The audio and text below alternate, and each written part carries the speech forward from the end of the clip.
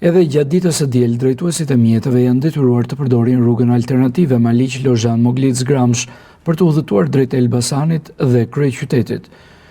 Në daljet qytetit Maliqit, policia rrugore dhe rendit publik nuk kanë lejuar qarkullimin e mjeteve me tonazh të rënd në këtë aks nacional, ndërsa kanë lejuar vetëm furgonët e transportit publik. Fluksi lëvizjeve nga Maliqi drejt kryeqytetit ka qenë i lartë, edhe pse një pjesë e kësaj rruge është mjaft e vështirë për shkak të lartësisë dhe terrenit.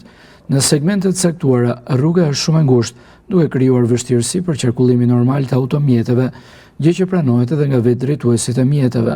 Rruga ishte shumë e vështirë, sepse ishte pothuajse një kalimshe dhe shumë e ngushtë, shumë pesa, edhe në disa vende kishte rënë rruga. Elbasani, jashtë zakonisht e vështirë.